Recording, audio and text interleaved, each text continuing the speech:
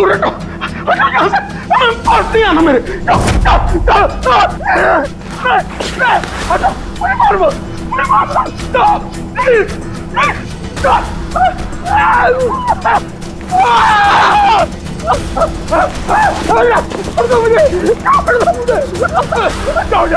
मेरे पास मत आना, मुझे मत मारो, छोड़ दो प्लीज, मुझे मत मुझे मत मारो, मुझे छोड़ दो प्लीज, छोड़ दो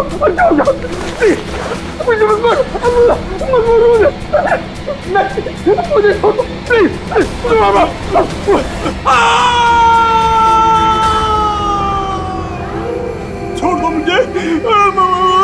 मारो मत मुझे।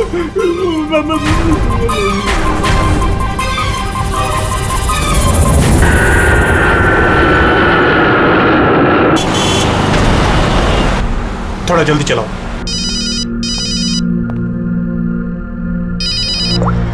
हेलो, इसवी प्रद्युमन सर, एक खून हुआ है। खून हुआ? कौन बोल रहा है? शहर के मशहूर बिजनेसमैन जयंतीलाल जी का खून। जयंतीलाल जी का खून हुआ है? कौन बोल रहा है ये? देखिए सर, मैं कौन बोल रहा हूँ ये इंपॉर्टेंट नहीं है। इंपॉर्टेंट ये है कि सेठ जी का खून हुआ है और उनके घर वाले उनकी बॉडी को अंतिम संस्कार के लिए लेकर जा रहे हैं। देखिए सर, अगर बॉडी जल गई तो खूनी कभी नहीं पकड़ा जाएगा। अब देरी मत कीजिए प्लीज, जल्द से जल्द जाकर बॉडी जलाने से रोकिए। हेलो, आप कहां से बोल रहे हैं? कौन है आप? Hello, damn it.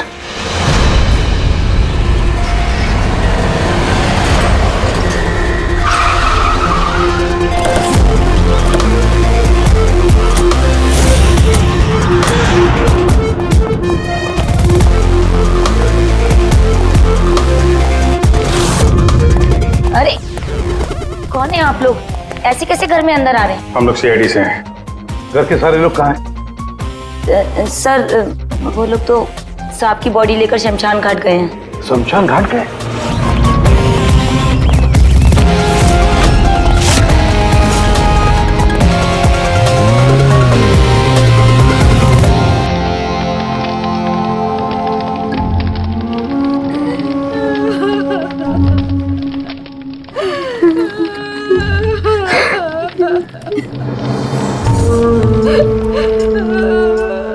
क्या बताऊं मैं, यकीन नहीं हो रहा कि जयंती भाई अब हमारे बीच नहीं है।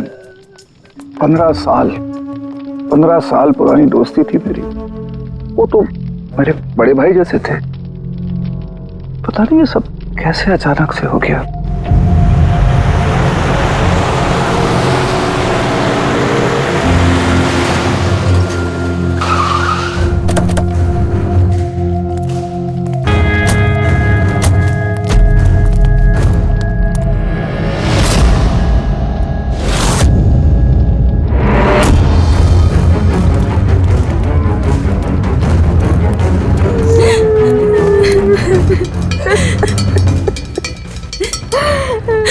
चुप हो जाओ। एक्सक्यूज मी,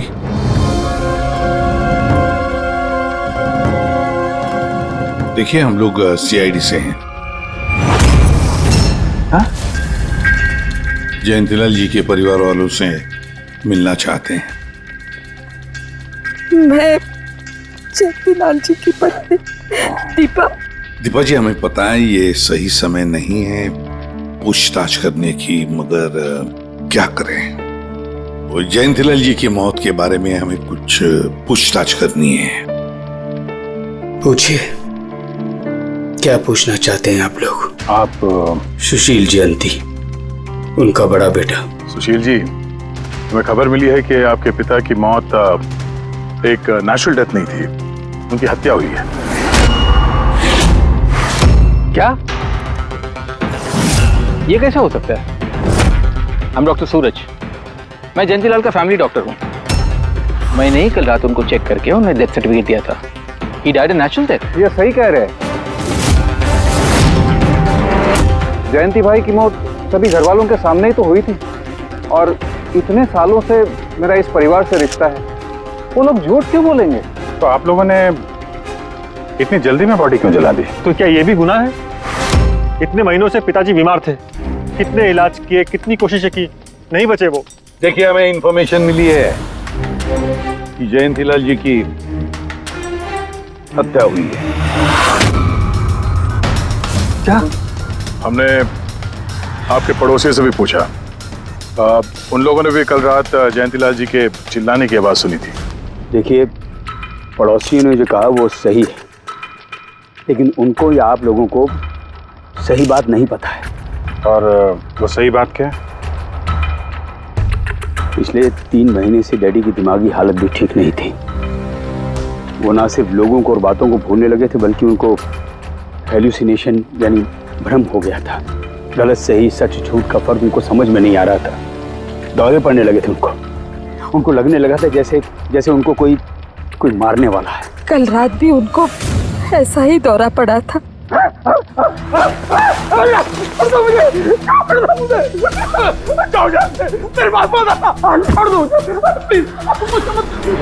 शांत, कूल।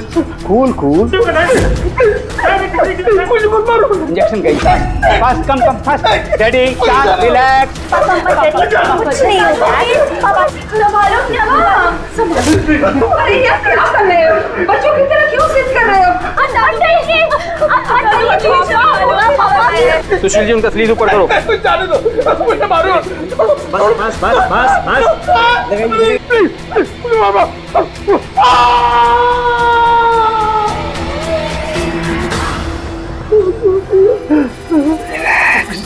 और इस बार अटैक इतना बड़ा था कि मुझे उन्हें बेहोशी का इंजेक्शन देना पड़ा और 2 घंटे बाद उनकी मौत हो गई। मैं आपको सारी डिटेल्स दे सकता हूँ, उनकी मेडिकल रिपोर्ट्स, मेडिकल हिस्ट्री, दवाइयाँ, सब कुछ दे सकता हूँ मैं आपको। हो गई तसल्ली आपको? अब हम अपना काम कर लें। इतनी जल्दी भी क्या है हेमंत? जरा सच तो सामने आ जाए।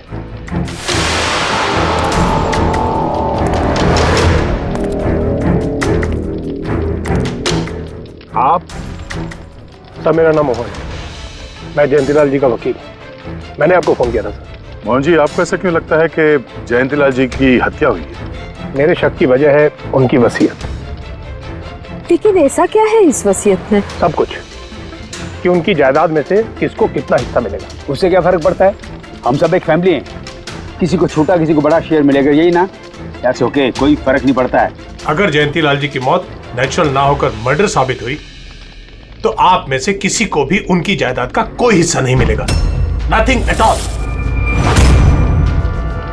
ऐसे कैसे हो सकता है? मुझे बराबर याद है कि 1 साल पहले उन्होंने मेरी सलाह लेकर ही ये वसीयत बनाई थी और उसमें तो ऐसा कुछ भी नहीं लिखा था। दीपा जी, 3 महीना पहले उन्होंने नई वसीयत बनवाई थी। ये क्या बोल रहे हैं आप? ये कैसे हो सकता है? ये सब कुछ बकवास है। अरे पिताजी आपको कब मिले? आप तो 3 महीने से हमारे घर पे आए नहीं और पिताजी भी 3 महीने से घर के बाहर निकले ही नहीं। तो फिर? हेमंत, वो खुद मेरे ऑफिस में आए थे 3 महीना पहले। दीपा जी, 3 महीना पहले उन्होंने नई वसीयत बनवाई थी। ये क्या बोल रहे हैं आप? ये कैसे हो सकता है? ये सब कुछ बकवास है। अरे पिताजी आपको कब मिले? आप तो 3 महीने से हमारे घर पे आए नहीं और पिताजी भी 3 महीने से घर के बाहर निकले ही नहीं। तो फिर? हेमंत, वो खुद मेरे ऑफिस में आए थे 3 महीना पहले। मैं अब जिंदा नहीं रहूंगा।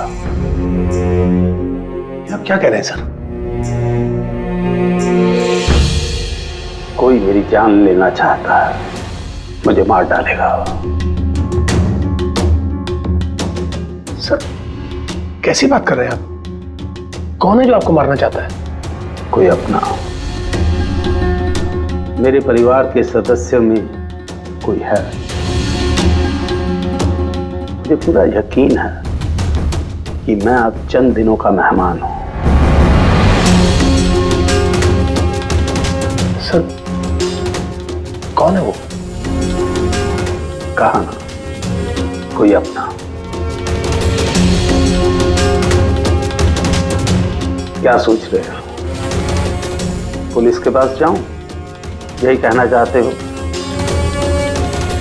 सर, मैं पुलिस को खबर करूं? नहीं, पुलिस वाले भी अब मुझे पागल समझेंगे। तुम मेरा एक काम करो मोहन, मेरा वसीयतनामा बदल डालो। अगर मेरी मौत हो जाती है और मौत के बाद ये साबित होता है कि उसका कारण मेरा परिवार है, तो मेरा बिजनेस, मेरा पैसा, मेरा कुछ भी परिवार के किसी भी सदस्य के नाम नहीं होगा। सर अगर परिवार के सदस्य को नहीं मिलेगा तो किसको मिलेगा?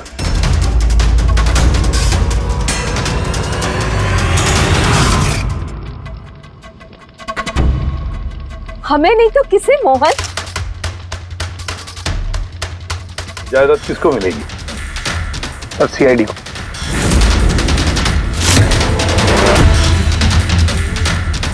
क्या बकवास कर रहे हैं आप?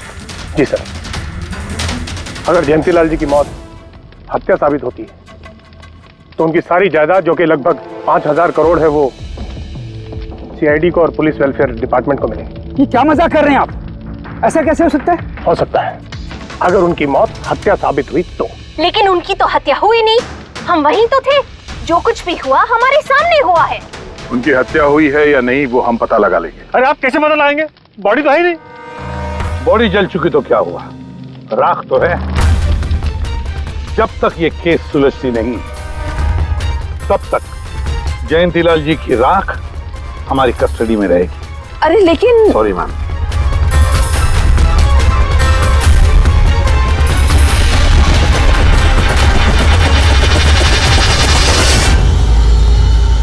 मोहन जी, सर जरा बताइए, क्या जयंतीलाल जी ने खुद आपसे कहा था कि उनके परिवार वालों में से कोई है जो उनकी जान लेना चाहता है? जी सर।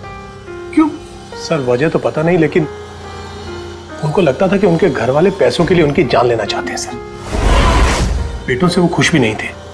वो चाहते थे कि हेमंत और सुशील उनके साथ बिजनेस में हाथ बटाएं, उनके साथ बिजनेस करें, लेकिन ऐसा हुआ नहीं सर। ऐसा क्या हुआ? सर दोनों ने अपना अलग अलग बिजनेस शुरू किया, लेकिन उसे भी चला नहीं पाए। और हेमंत सर, वो तो एक नंबर का अय्याश निकला। उसने सेठ जी के सारे पैसे उड़ा दिए। सर बाप बेटे में हमेशा खटर पटर चलती रहती थी, कभी बनी नहीं बाप बेटे में। बनती नहीं थी, मगर हम बाप बेटे तो थे। मुझे पैसों की बहुत जरूरत थी, लेकिन इसका ये मतलब थोड़ी है कि मैं अपने पिता को ही मार दूंगा। मार भी सकते हो। आखिरकार दुनिया में आधे से ज्यादा गुनाह तो पैसों के लिए ही होते हैं। फिर तो सुशील भैया की वजह मुझसे बड़ी थी। उनका पिछला बिजनेस उन्होंने घाटे में बंद किया और अभी जो है वो नुकसान में चल रहा है। सर मार्केट का बहुत पैसा है उनके ऊपर, और डैडी भी इस बार सुशील भैया की मदद करने के लिए रेडी नहीं थे। सर मैं मानता हूं कि डैडी नाराज थे, नहीं दे रहे थे मुझे पैसे, पर मुझे ये भी पता है कि वो मुझे और मेरे परिवार को मरने के लिए नहीं छोड़ सकते थे। खून में उनका खून तो हो, इसीलिए पैसों के लिए अपनों का ही खून बहा दिया। सर एक आइडिया है। क्या है कि अब जो हुआ सो हुआ, उसको बदला तो नहीं जा सकता ना, लेकिन इस सिचुएशन से अपना फायदा जरूर निकाल सकते हैं। क्या मतलब? वो सर आप ये मामला सुलझा दीजिए। मान लीजिए कि नेचुरल डेथ थी, अब वसीयत के हिसाब से पैसे सीआईडी और मुंबई पुलिस की जगह हमें मिलेंगे जो उसके असली हकदार हैं। नहीं, आप लोगों का जो नुकसान हुआ होगा वो हम आपस में समझ लेंगे ना। सुशील जी, हर आदमी एक जैसा नहीं होता, और दोबारा ऐसे बात करने की गलती नहीं करना, समझे? तुम अपनी दादाजी से बहुत करीब थी ना? दादाजी मुझे बहुत प्यार करते थे। हम दोनों बेस्ट फ्रेंड्स के जैसे थे, एक दूसरे से सारी बातें शेयर करते थे। कभी दादाजी ने तुमसे ये कहा था कि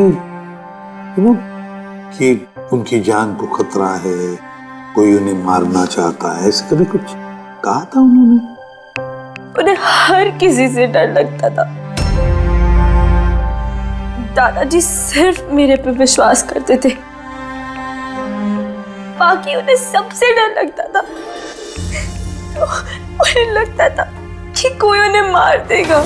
चलो दादू, अब हम खाना खाएंगे। क्या ये? चलो चलो चलो चलो दादू। मुझे वो सब लोग इसमें जहर मिला के मुझे मारना चाहते हैं। कौन मारना चाहता है दादू आपको? वो सब लोग मिले हुए हैं, सब मेरे खिलाफ साजिश कर रहे हैं। तुम मत खा, अरे फेंक दे, वरना तू भी मर जाएगी। दादू आप मेरा विश्वास करो, ये खाना मैंने अपने हाथों से बनाया, इसमें कुछ नहीं है, इसमें जहर भी नहीं, कुछ नहीं है दादू, आप मेरा विश्वास करो, देखो देखो देखो, मेरे हाथों में खा रही हूँ ना, देखो देखो, मुझे कुछ हुआ, मैंने अपने हाथों से बनाया। चलो दादू, चलो चलो चलो, खाओ खाओ खाओ खाओ। गुड दादू, गुड दादू। चलो एक और बाइट, जल्दी से जल्दी से जल्दी से जल्दी से एक और बाइट खाएंगे। अच्छा है ना दादू? गुड गुड, चलो चलो। कितना प्यार करती है तू, मेरा कितना ख्याल रखती है, बाकी सब लोग मेरी दौलत के पीछे मुझे मार देंगे।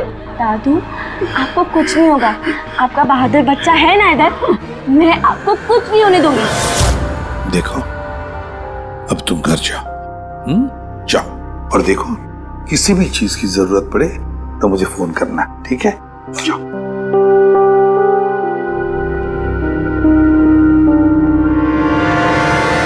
हाँ के बता, क्या निकला राख में से?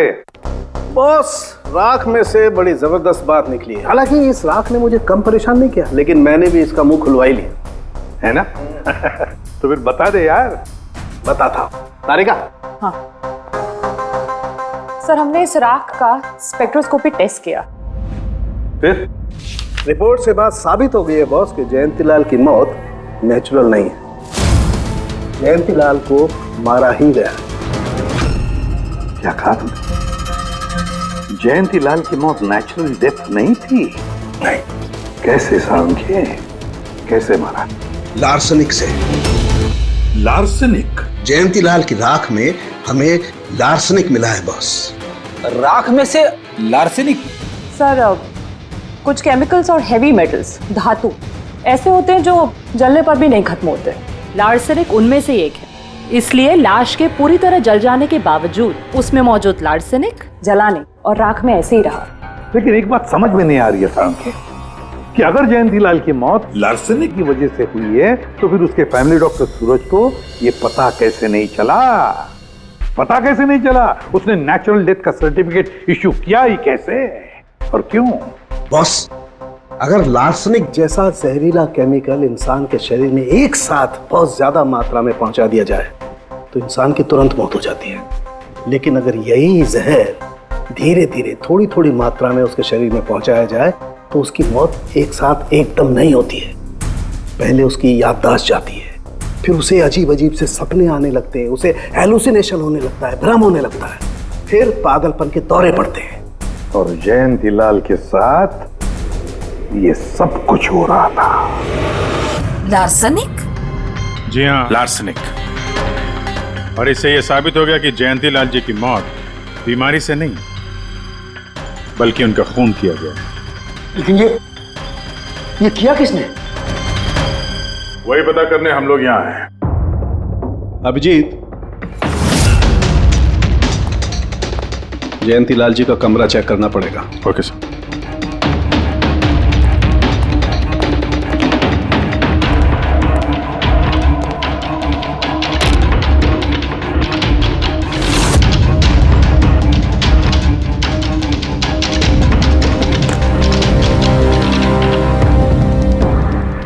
हम पे शक कर रहे हैं? आपने ऐसे सोच भी कैसे लिया कि हम लोगों में से कोई ऐसी घिनौनी हरकत कर सकता है? ऐसा कुछ नहीं है माँ, ये सब इनकी चाल है। डैडी की प्रॉपर्टी इन्हें मिल जाए इसके लिए मनगढ़ंत कहानी बना रहे हैं ये लोग। बकवास मत करिए सुशील जी, दोबारा ऐसा बोला ना अंडा डाल दूंगा।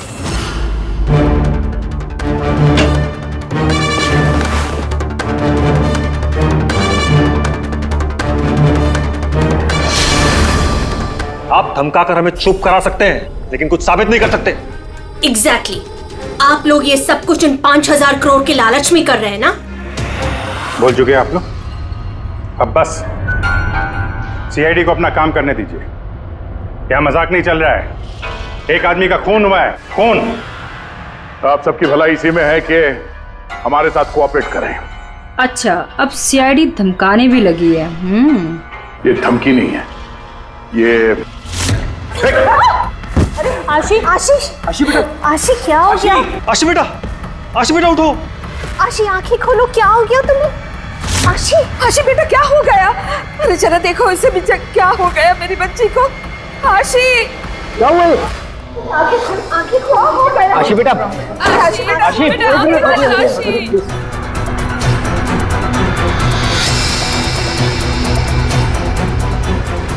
क्या हो गया इसे? आशी, इसे हॉस्पिटल ले जाना पड़ेगा फौरन। हाँ पंकज, क्या? माय गॉड, ये अच्छा ठीक है। क्या हुआ? ये डॉक्टर सूरज ने आशी के कुछ टेस्ट किए थे, पता चला कि उसके खून में भी लार्सेनिक है। लेकिन सर, लार्सेनिक आशी के खून में पहुंचा कैसे होगा? सर ऐसी कोई कॉमन चीज जो जयंती लाल जी और आशी दोनों के कांटेक्ट में आई हो? खाना। अब आशी ने बताया था ना कि कुछ दिनों से जयंती लाल जी का खाना वो खुद टेस्ट कर रही थी। नहीं बस खाना नहीं, ये कुछ और है। ये सालों के साहब, ये आपको कैसे पता चला? बताता हूं, बस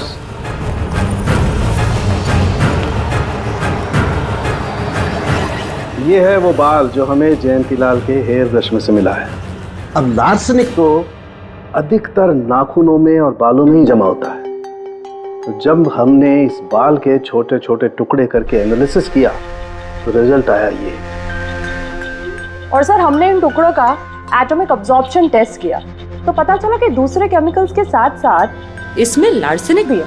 अब क्योंकि बाल धीरे धीरे बढ़ते हैं इसलिए हमने इस रिजल्ट को कैलेंडर के साथ टैली किया। बॉस, तब हमें पता चला कि जयंतीलाल को ये लार्सेनिक 8 से 10 दिन के गैप में दिया जा रहा है। और 8-10 दिन के गैप में?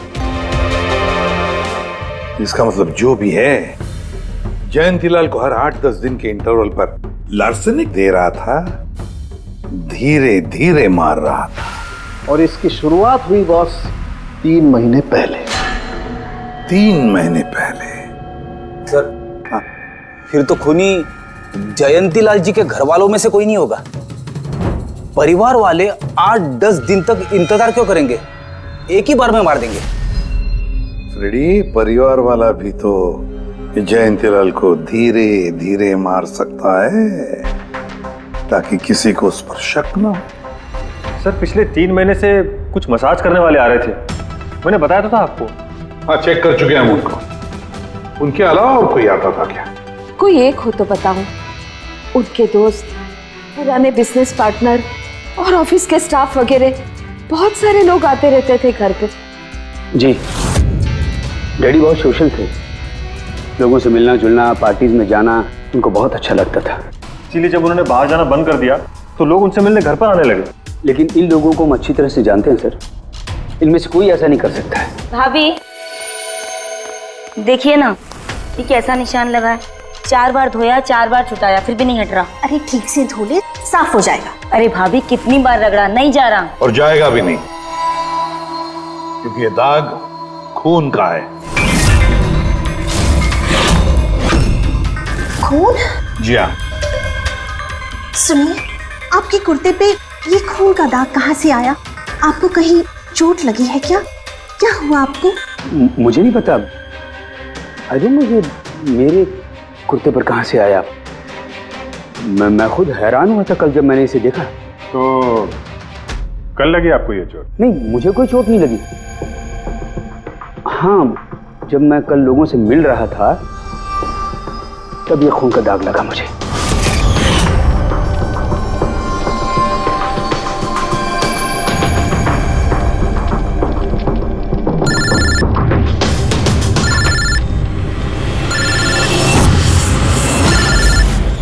बिना चोट खून के धब्बे, अजीब बात है। वही तो। और कुछ हुआ था कल? कोई खास बात? नहीं सर, और कोई खास बात नहीं। साहब एक बात अजीब हुई थी। क्या? कल सुबह मुझे गार्डन में कांच के कुछ टूटे हुए टुकड़े मिले थे।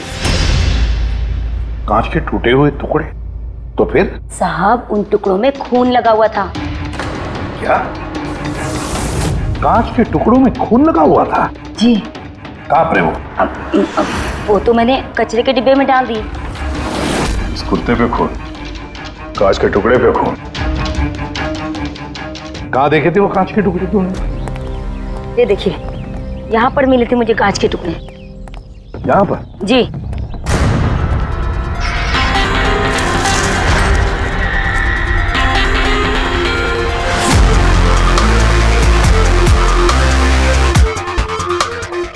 टूटा हुआ बल्ब है सर। बल्ब का टुकड़ा मिला क्या उसको?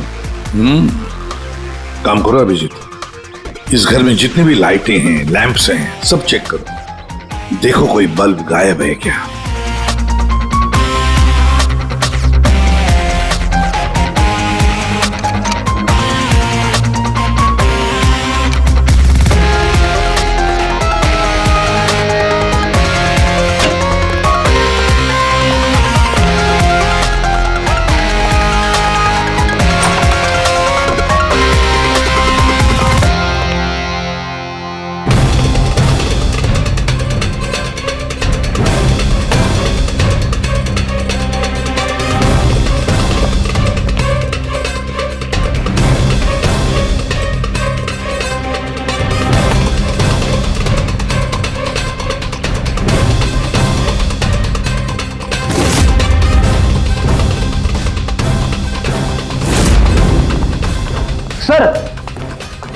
सब जगह देख लिया, कांच का टूटा हुआ सामान कहीं पे भी नहीं है।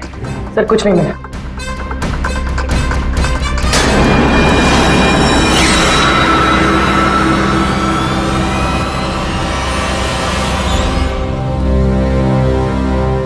सर!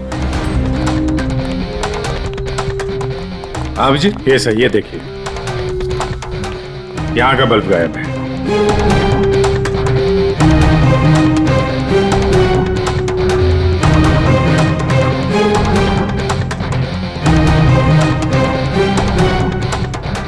बड़ी अजीब बात है, ये लैम्प तो बिल्कुल ठीक था। मैं और दादू इस लैम्प के नीचे काम भी किया करते थे, और जिस तरह दादू की मौत हुई तब भी ये लैम्प ठीक था, इसमें बल्ब था और ऑन था।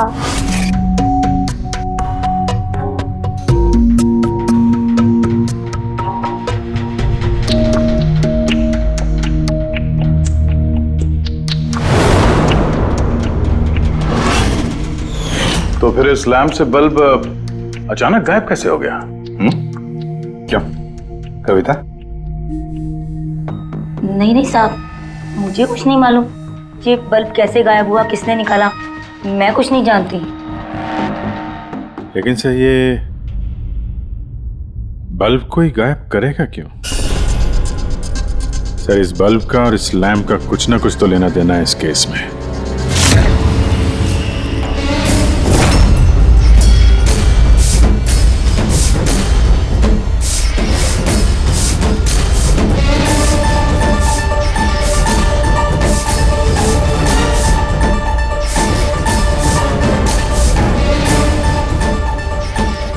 बॉस, ये धब्बे देख रहे हो? ये धब्बे लार्सनिक के हैं। लेकिन ये लार्सनिक के धब्बे पूरे लैंप पर कैसे? बॉस, हुआ ये होगा, खूनी जयंतीलाल जी के घर पे आता होगा हर 8 या 10 दिन में। नमस्ते साहब, साहब ऊपर है अपने कमरे में।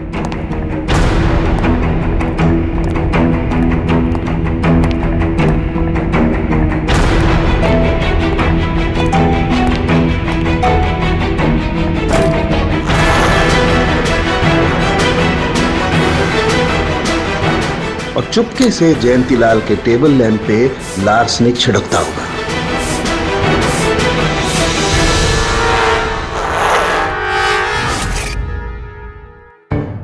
शायद जयंतीलाल जी हमेशा इस टेबल पर बैठ करके काम किया करते थे।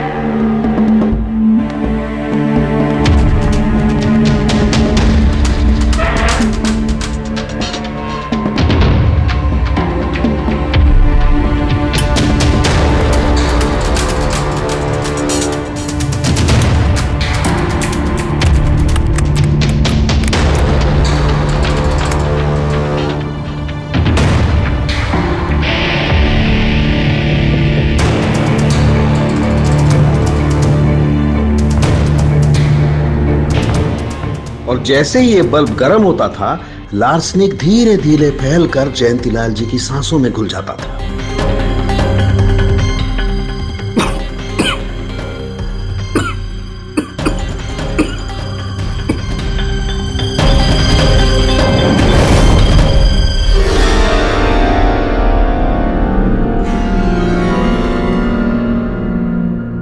सालू के साथ आशी को लार्सेनिक का इतना असर क्यों नहीं हुआ? उसे लार्सनिक का इतना असर इसलिए नहीं हुआ फ्रेडी, क्योंकि वो यहाँ हमेशा नहीं रहती थी। कभी कभी आती थी अपने दादाजी के पास। यार ये जो भी कोई है, इस जयंतीलाल के और घर वालों के करीब का ही कोई है, इसलिए वो जयंतीलाल के मौत के वक्त यहां मौजूद था और मौत होने के बाद में सबूत मिटाने के लिए उसने उस लैंप में से वो बल्ब निकालकर अपने जेब में रख दिया होगा और फिर सभी घर वालों से मिलते वक्त सुशील जी को भी अपने गले लगा लिया। जैसे सुशील को उसने गले लगा लिया, उसके जेब में जो उसने बल्ब छुपा के रखा होगा वो फूट गया, जिसकी वजह से उसके कमर में जख्म भी हुई और उस जख्म से जो लहू निकला, जो खून निकला, वो सुशील के कपड़ों पर आया। मतलब सर खूनी घर वालों में से कोई होगा? नहीं फ्रेडी, घर वाला तो नहीं लगता, और घर वाला होता तो बल्ब जेब में रख के थोड़ी ना घूमता। ये तो कोई ऐसा आदमी है जिसके पास वही एक मौका था सबूत मिटाने का, वो चंद मिनट। घर वाला तो कभी भी निकाल लेता। सर उस दिन तो कितने लोग आए थे यहाँ, खूनी का पता कैसे चलेगा? सर उस दिन मीडिया के लोग भी आए थे, कौन आया कौन गया ये सब रिकॉर्ड तो किया ही होगा उन लोगों ने। तो चलो देख लेते हैं किस किस ने सुशील जी को गले लगाया था।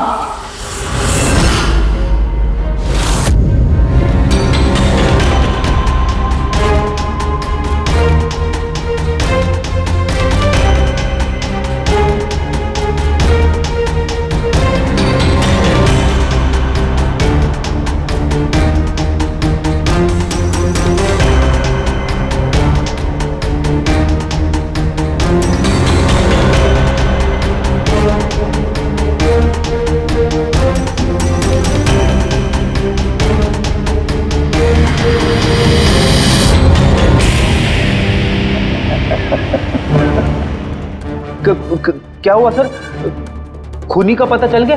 हाँ फ्रेडी, खूनी मिल गया। कौन है?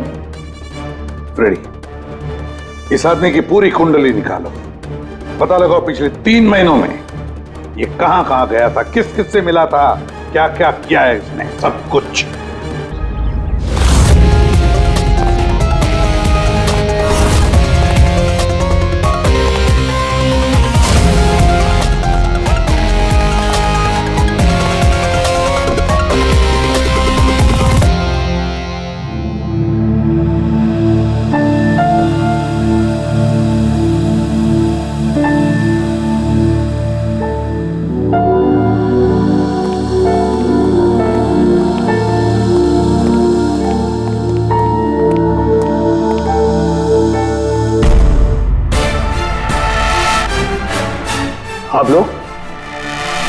आप लोग फिर यहाँ हैं?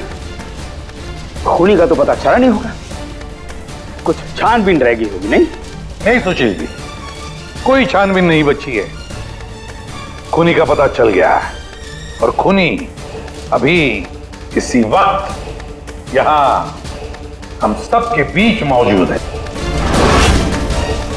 क्या? कौन है वो?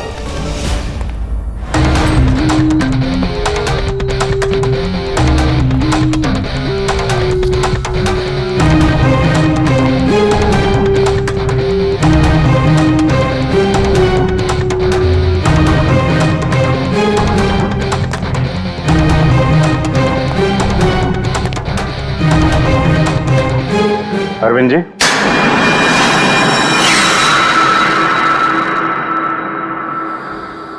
जरा उठेंगे आप?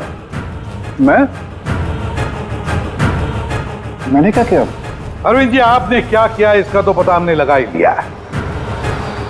बस अब आपके कारनामे हम आप ही के मुंह से सुनना चाहते हैं। क्या बकवास है ये? आप मुझ पर इल्जाम लगा रहे हैं। आपको क्या लगता है कि मैंने जयंती को मारा? अभिजीत, मौका मिला था, मान जाते तो सबके सामने कपड़े नहीं उतरते। जरा एक कुर्ता उठाना। क्यों? अरे उठाओ सर। क्यों?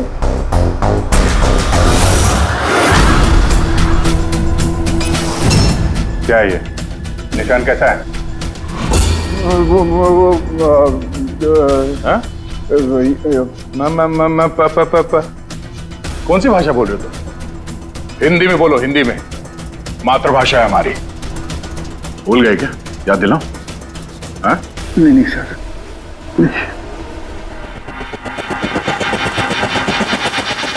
बताता हूँ। नफरत करता था मैं जयंती से। 5 साल पहले हमने एक बिजनेस शुरू किया था। आज ये इतना बड़ा 5000 करोड़ का एम्पायर है ना,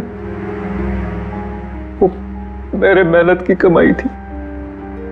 मैंने अपनी जिंदगी की सारी जमा पूंजी इस बिजनेस पे लगाई थी, पर जयंती की नीयत में खोट थी। उसने मुझे धोखा दिया, मुझे मेरी कंपनी से निकाल दिया। तब मैंने सोचा कि जब मौका मिलेगा तो मैं इसका हिसाब चुकता करूंगा। और वो मौका तुम्हें मिला 3 महीने पहले एडवोकेट मोहन के ऑफिस में, जहां पर जयंतीलाल जी भी आए थे और तुमने चुपके से उन दोनों की बातें सुन ली थी। अगर मेरी मौत हो जाती है और मौत के बाद ये साबित होता है कि मेरी किसी ने हत्या की है, तो मेरा बिजनेस, मेरा पैसा, कुछ भी मेरे परिवार के किसी भी सदस्य को नहीं मिलेगा। सर, अगर परिवार के सदस्य को नहीं मिलेगा तो किसको मिलेगा? सीआईडी को, जो मेरा मर्डर इन्वेस्टिगेट करेगा। मुझे लगा अच्छा मौका है। जयंतीलाल को मारूंगा मैं और शक जाएगा उसके परिवार पर। और इसीलिए तुमने जयंतीलाल की तरफ दोस्ती का हाथ बढ़ाया, एक नया प्रपोजल लेकर। क्यों? मेरे दिमाग में एक आइडिया था जिसके लिए मेरा उसके घर बार बार जाना जरूरी था।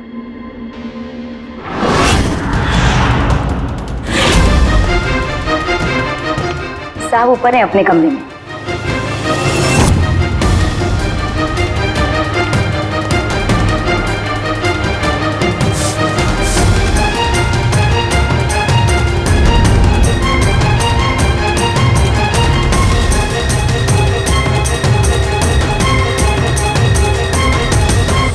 लेकिन एसीपी साहब, आपको इन पे शक कब हुआ? दीपा जी, जयंतीलाल जी की अंत्येष्टि के दिन जो मीडिया कवरेज हुआ था, जो मीडिया वालों ने वीडियो फुटेज लिया था, उसकी मदद से जयंतीलाल जी के अंत्येष्टि के दिन घर के बाहर जो इन्होंने कुर्ता पहना था, शमशान भूमि पर वो कुर्ता बदल दिया गया था, क्योंकि उस पर खून जो लगा हुआ था। क्यों Arvind ji?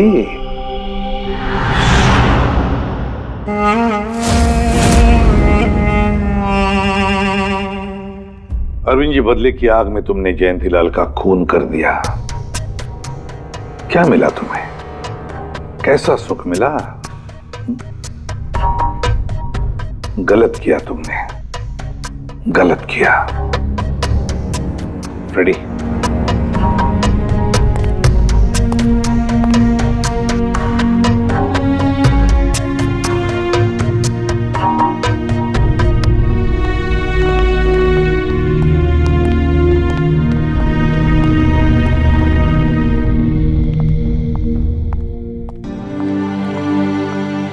Thank you sir, thank you very much. And we are sorry, हम लोगों ने आपको काफी बुरा भला कहा। दरअसल हमें लगा कि पैसों के चक्कर में आप हम परिवार वालों को इस केस में कल्प्रिट बनाने की कोशिश कर रहे हैं। नहीं, कोई बात नहीं। एसीपी साहब, मैं मेरे पति की अंतिम इच्छा पूरी करना चाहती हूँ। सीआईडी और पुलिस वेलफेयर फंड में मैं डेफिनेटली डोनेट करूंगी। Thank you very much, thank you. Thank you so much sir कि आपने मेरे दादू को इंसाफ दिलाया। God bless you.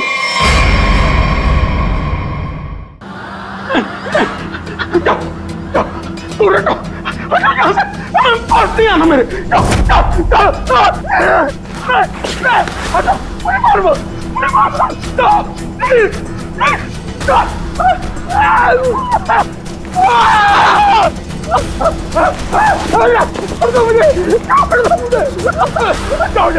मेरे पास मत आना। मुझे मत मारो, छोड़ दो प्लीज, मुझे मत मुझे मत मारो, मुझे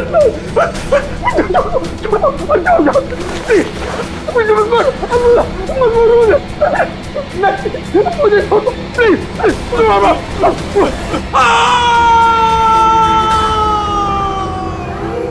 छोड़ दो मुझे, मारो मत मुझे।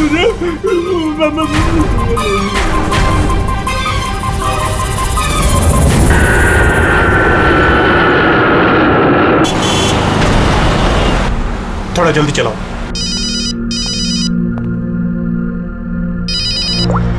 हेलो, इसवी प्रद्युमन है? सर, एक खून हुआ है। खून हुआ? कौन बोल रहा है? शहर के मशहूर बिजनेसमैन जयंतीलाल जी का खून। जयंतीलाल जी का खून हुआ है? कौन बोल रहा है ये? देखिए सर, मैं कौन बोल रहा हूँ ये इम्पोर्टेंट नहीं है। इम्पोर्टेंट ये है कि सेठ जी का खून हुआ है और उनके घर वाले उनकी बॉडी को अंतिम संस्कार के लिए लेकर जा रहे हैं। देखिए सर, अगर बॉडी जल गई तो खूनी कभी नहीं पकड़ा जाएगा।